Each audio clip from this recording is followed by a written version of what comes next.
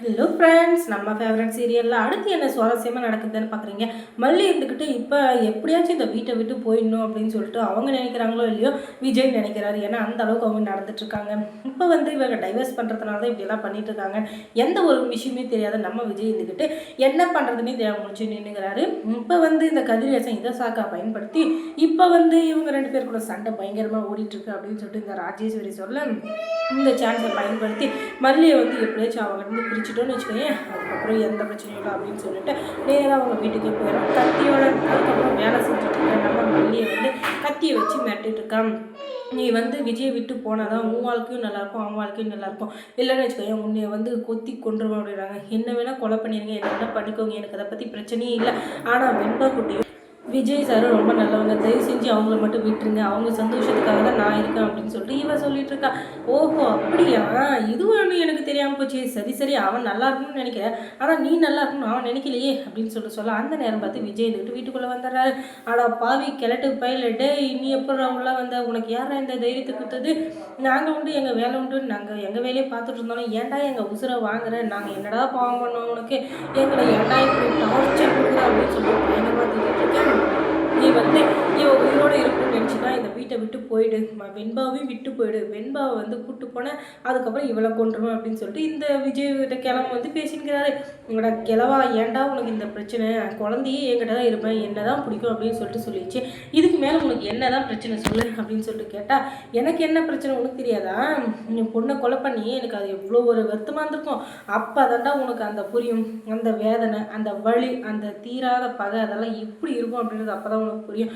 என் பொண்ணை எப்படி நான் பிரிஞ்சு இத்தனை வருஷமாக கஷ்டப்படுறனோ அதே மாதிரி நீயும் உன் பொண்ணை பிரிஞ்சிருந்தாதான் உனக்கு அந்த வழி தெரியும் அப்படின்னு சொல்லிட்டு கிழவர் இருந்துக்கிட்டு பேசிகிட்டு இருக்காரு. ஒன்னே என்னடா சொல்கிறேன், என் பிள்ளை என்கிட்ட பிரிக்க போறியா, உனக்கு எவ்வளோ தைரியம் இருக்கணும், அது என்கிட்டயே சொல்கிறியா, மல்லிக்கும் எதுவும் ஆக விட மாட்டேன், என் வெண்பா குட்டிக்கும் எதுவும் ஆக விட மாட்டேன், அவங்க ரெண்டு பேரையும் என் கண்ணுக்குள்ளே கண்ணாக வச்சு என் வாழ்க்கை முழுக்க நான் காப்பாற்ற போகிறேன், அதுதான் என்னுடைய வாழ்நாள் லட்சியமாகவே நான் வச்சுருக்கேன், என்ன போய் நீ அவங்கள விட்டு ஓடிடுன்னு சொல்கிறேன், உனக்கெல்லாம் எவ்வளோ தைரியம் இருக்கணும் அப்படின்னு சொல்லிட்டு பயங்கரமாக திட்டின்கிறாரு. ஒன்று இப்போ மட்டும் கை எடுக்கலை, உன்னை அவ்வளோதான் அடித்து கையை உயெல்லாம் ஒழிச்சு போட்டுருவேன், ஒழுங்கு மரியாதை கை எடுத்து காப்பாற்றுறதுக்காக எவ்வளோ முயற்சி பண்ண முடியுமோ அவ்வளோ முயற்சியும் பண்ணிருக்கிறாரு நம்ம விஜய்.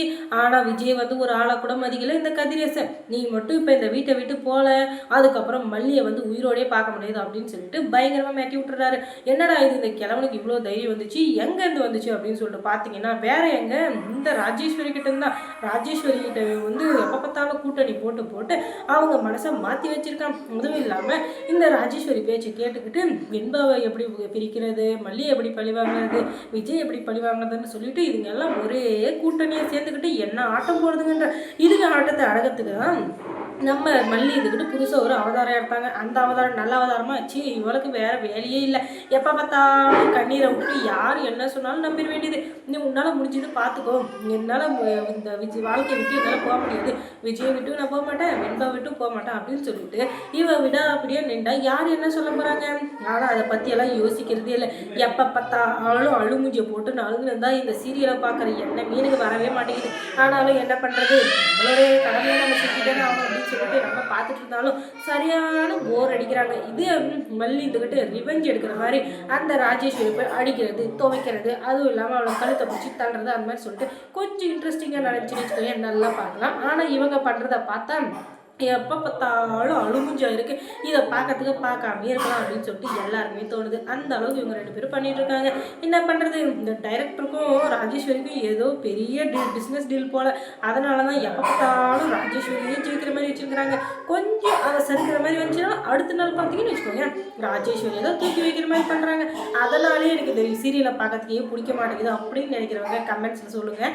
அப்போ தான் இந்த வீடியோவை சீக்கிரம் க்ளோஸ் பண்ணுவாங்க. என்னவோ அதுக்கப்புறம் மல்லி சீரியலில் என்ன சுவாரஸ்யம் நடந்திருக்குன்னு நீங்கள் தெரிஞ்சுக்கணும்னா நம்ம சேனலை சப்ஸ்கிரைப் பண்ணுங்கள். அதோட பக்கத்தில் இருக்க அந்த பெல் ஐகானை கொஞ்சம் கிளிக் பண்ணிவிடுங்க. தொடர்ந்து இந்த சேனலுக்கு சப்போர்ட் கொடுங்க.